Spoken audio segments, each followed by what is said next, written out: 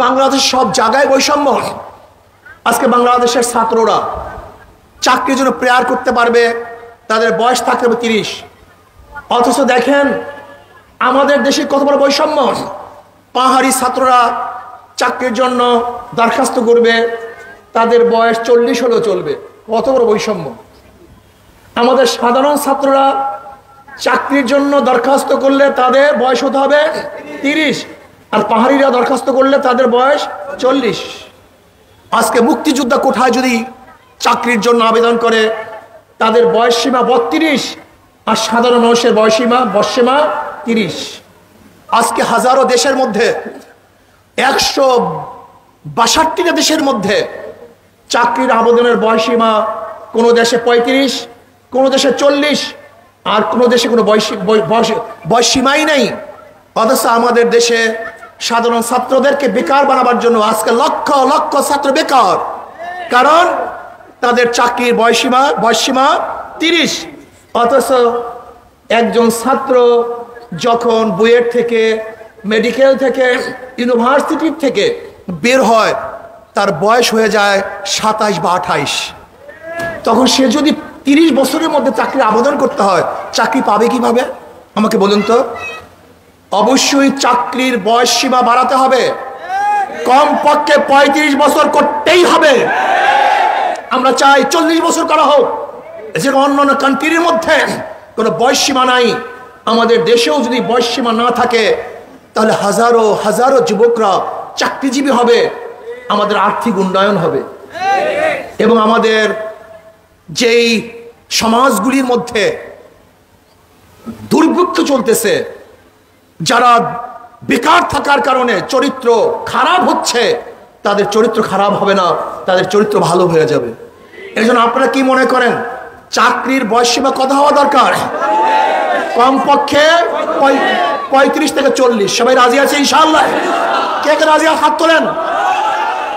আমাদের বাংলাদেশের প্রত্যেকটা ছাত্রের চাকরির আবেদনের জন্য 35 থেকে 40 বছর বয়সের মধ্যে তারা আবেদন করতে পারবে, এইটা আমরা চাই।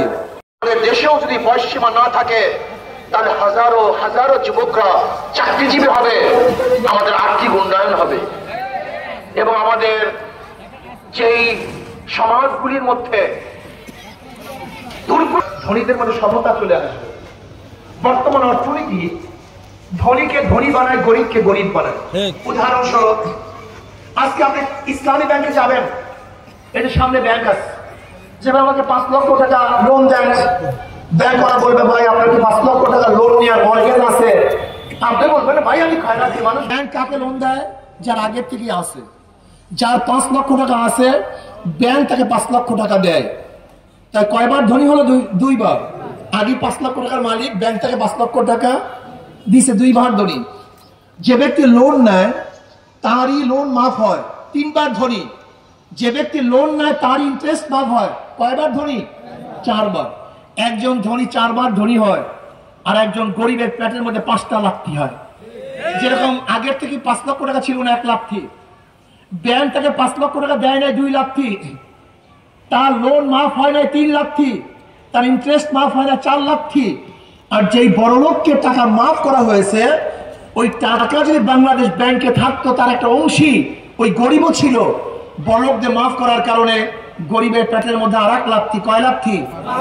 তাই গরিবের পেটে 5 লাথি, আর বড় লোকটা 4 বার ধনী। বর্তমান অর্থনৈতিক কোনোদিন গরিবদেরকে ধনী বানানো সম্ভব না। ভাবে আমাদের বাংলাদেশের মানুষকে সাপ্লাই দিতাম, আপনাদের পয়সার প্রয়োজন ছিল না। বাংলাদেশ ব্যাংক আমার প্রত্যেকটা গরিবের জন্য ডোনেশন করত, টাকা দিয়ে তাদেরকে বিদেশে পাঠিয়ে সেখান থেকে আমরা হাজার হাজার কোটি কোটি টাকার রেমিটেন্স আনতে পারতাম। কিন্তু এই পরিকল্পনা বাংলাদেশের সরকারের নেই। আপনারা জানেন বাংলাদেশ সরকার এই 53 বছরে যারা ছিল তারা শুধু নিজেদের সেফটির জন্য, নিজেদের উন্নয়নের জন্য আইন করছে, কিন্তু জনগণের উন্নয়নের জন্য কোনো আইনই করে নেই। র্যাব শুধু সরকারকে নিরাপত্তা দেওয়ার জন্য, আজকে বিজেপি সরকারকে নিরাপত্তা দেওয়ার জন্য, আজকে এনএচআই সরকারকে নিরাপত্তার জন্য, আজকে ডিজিএফআই সরকারকে নিরাপত্তা দেওয়ার জন্য, আজকে ডিবি সরকারকে নিরাপত্তা দেওয়ার জন্য, আজকে পুলিশ সরকারকে নিরাপত্তা দেওয়ার জন্য, কিন্তু জনগণকে নিরাপত্তা দেওয়ার জন্য আইন ওরা করে নাই।